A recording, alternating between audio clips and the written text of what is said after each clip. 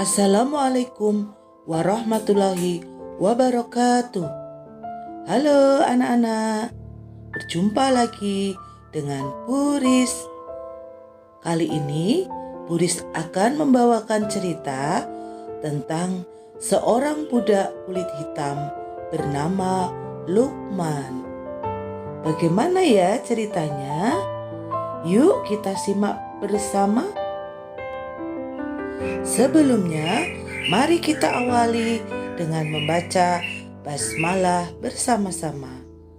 Bismillahirrahmanirrahim. Dahulu kala hiduplah seorang budak kulit hitam bernama Luqman. Sehari-hari ia harus bekerja keras di ladang. Suatu hari, tidak seperti biasanya, hari begitu panas. Sinar matahari menyengat. Orang-orang yang bekerja di ladang gandum atau yang sedang mengembalakan ternak, semua merasa kepanasan. Pemuda yang bernama Luqman sedang sibuk menggiring kambing-kambingnya. Mbak, mbak. Berkali-kali ia menyeka keringat yang membajiri dahinya. Masya Allah, betapa panasnya di sini. Apalagi kalau nanti di akhirat, kata Luqman dalam hati. Setelah ternaknya tenang merumput, Luqman mencari tempat teduh. Ia merebahkan diri di rerumputan di bawah pohon kurma untuk melepas lelah. Luqman hampir terlelap saat seseorang berteriak, "Hei, apa yang kamu lakukan di sini? Kau masih tidur? Dasar pemalas! Bagaimana jika kambing-kambingku dimakan serigala atau dicuri orang?" Tanya Pak Tua Gendut dengan nada bicara tinggi. Ternyata ia adalah majikan Luqman, sang gembala. Maafkan saya, Tuan. Apa ada yang harus saya lakukan?" jawab Luqman gugup. "Hari ini aku ingin masak gulai. Bawakan bagian tubuh kambing yang paling enak buatku," perintah sang majikan. Baik, Tuan. Nanti saya antar ke rumah," Luqman menjawab sopan. Sesuai perintah, Luqman membawakan pesanan tuannya. "Hei Luqman, bagian tubuh kambing yang kau pilihkan ini sangat lezat. Gulai hati dan lidah kambing ini enak sekali," puji sang majikan. "Sekarang aku mau mencoba bagian tubuh yang tidak enak dari kambing. Coba masakkan untukku." Luqman menjalankan perintah sang tuan. Ini yang Tuan minta." "Kau ini bagaimana?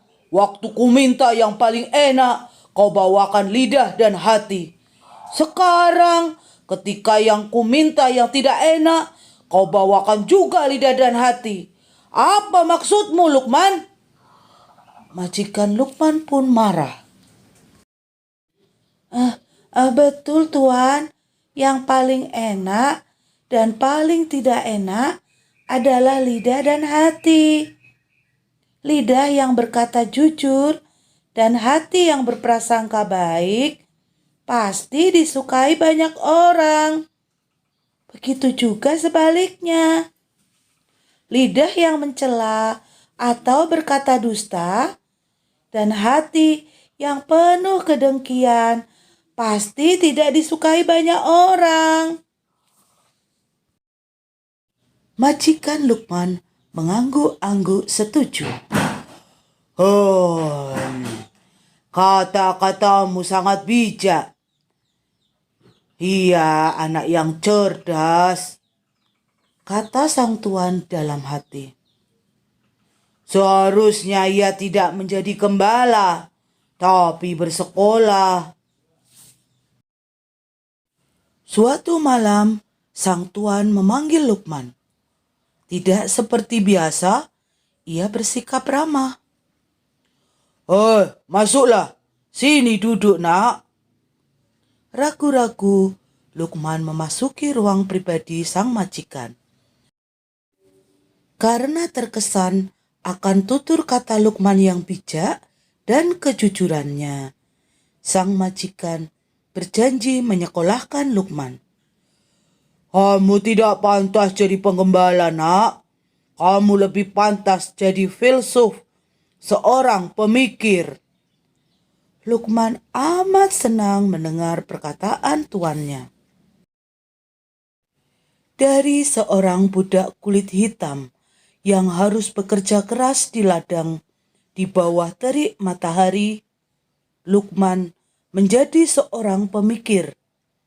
Ketinggian budi pekerti dan keluasan ilmunya dikagumi banyak orang. Lukman juga dikenal sebagai ulama yang ahli menghukumi segala permasalahan hukum Islam. Para ulama pada zamannya memberinya gelar Luqmanul Hakim atau Lukman yang menghukumi. Sesungguhnya Allah tidak menilai rupa, harta, dan jabatan.